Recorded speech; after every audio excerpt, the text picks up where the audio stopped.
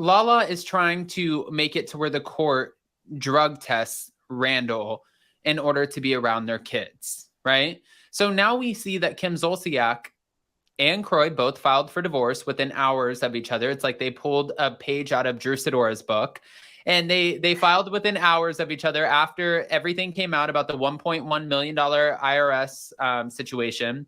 But now it came out that Kim Zolciak feels Croy might smoke a little too much marijuana. But that's not, those are allegations. Like, we don't know. I'm not sitting there smoking with Croy. I don't know what he does.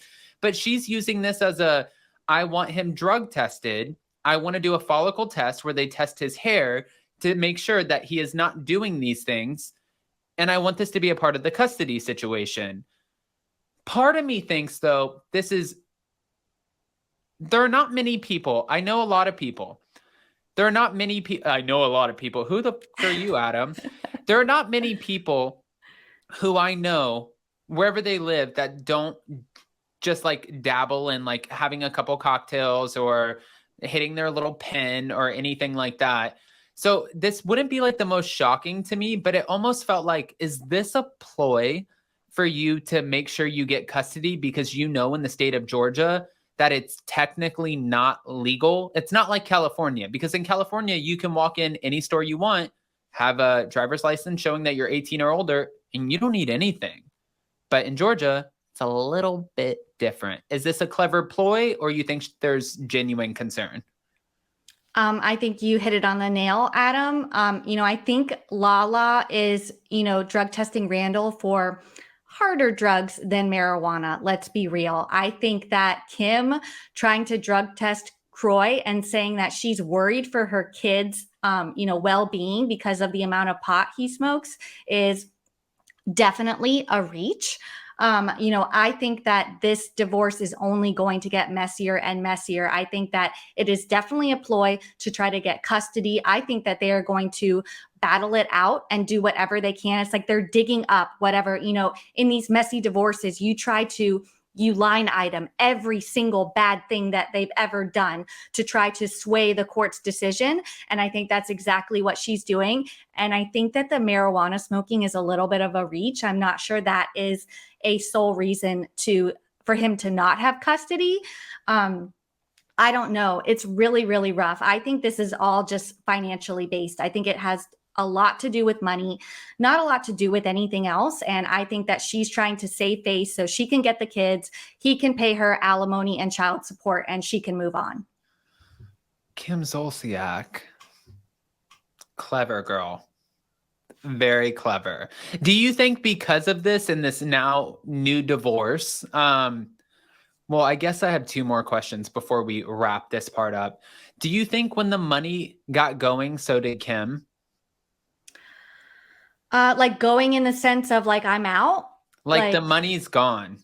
Oh, yeah. Oh, yeah. I mean, I think, let's be real, their financial situation has always been questionable. The house they live in, Croy is no longer playing in the NBA. They have these side businesses. She has the skincare and the bathing suits and everything, but surely that cannot be supporting a family of, how many are there now? Like 8 or, it's, yeah. So there's 8 it's of them. just, yeah. So it's always been questionable. And I think that they have been running dry for a while. We've seen, they've had financial issues, and Kim has that gambling addiction that we saw firsthand on Don't Be Tardy, the road trip. So it's, the gambling problem, I think maybe has a lot to do with it. So I don't know.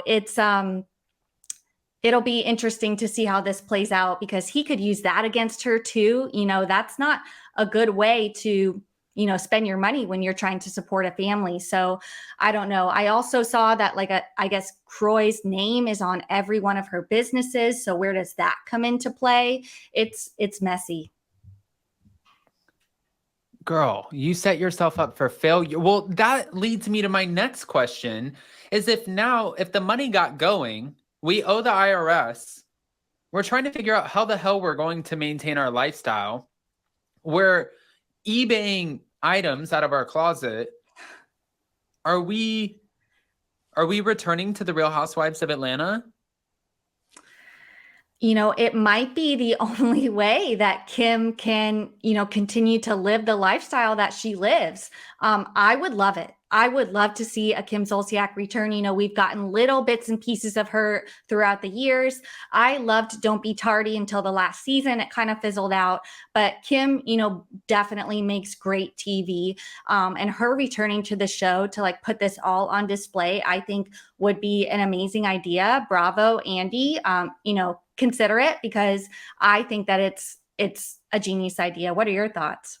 I mean, honestly, I think that Kim Zolciak coming back as a single woman, where that Kenya's not going to hold back. Kenya's going to be like, where is your man and his $30 million, paycheck now, Octomom?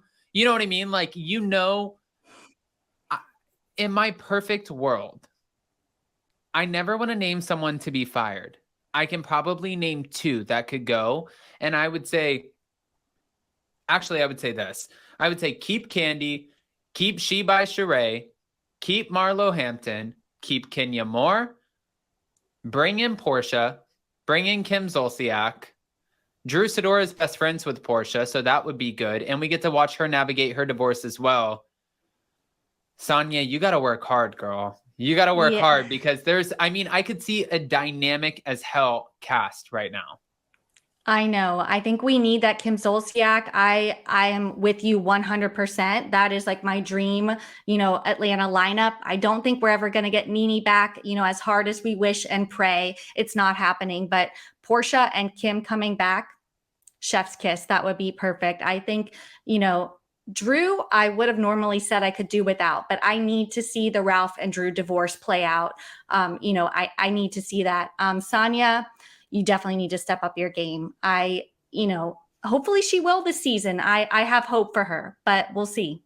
I do too. I have hope for her. I think that it's a sophomore season. We have to give her a second. Yeah, agreed. So we'll give you a second there, Sonia. But okay, so my segue earlier, and I totally forgot what the segue point was, but it was from Vanderpump Rules over to the Real Housewives of New Jersey. And this season on the Real Housewives of New Jersey, the only thing that gave them a break was the same, well, I guess grace that Randall got, which would be the scandal of it all. Otherwise, we would have all just been so in our screens with Jersey. Now, for Jersey, we have Teresa and the whole wedding coming up, but there have been so many red flags that have come out, like this alleged investigation into Louis' businesses, but then also Louis on the finale episode turning red. Like literally, he looked like, where do I have a photo? Yes, I do. Oh my gosh. He looked like a little bit of a joker, like a clown, and he's just ripping into everyone. I wanted to ask you, what are your thoughts so far before we get into the details? What are your thoughts so far on Jersey and this relationship between Teresa and Louis?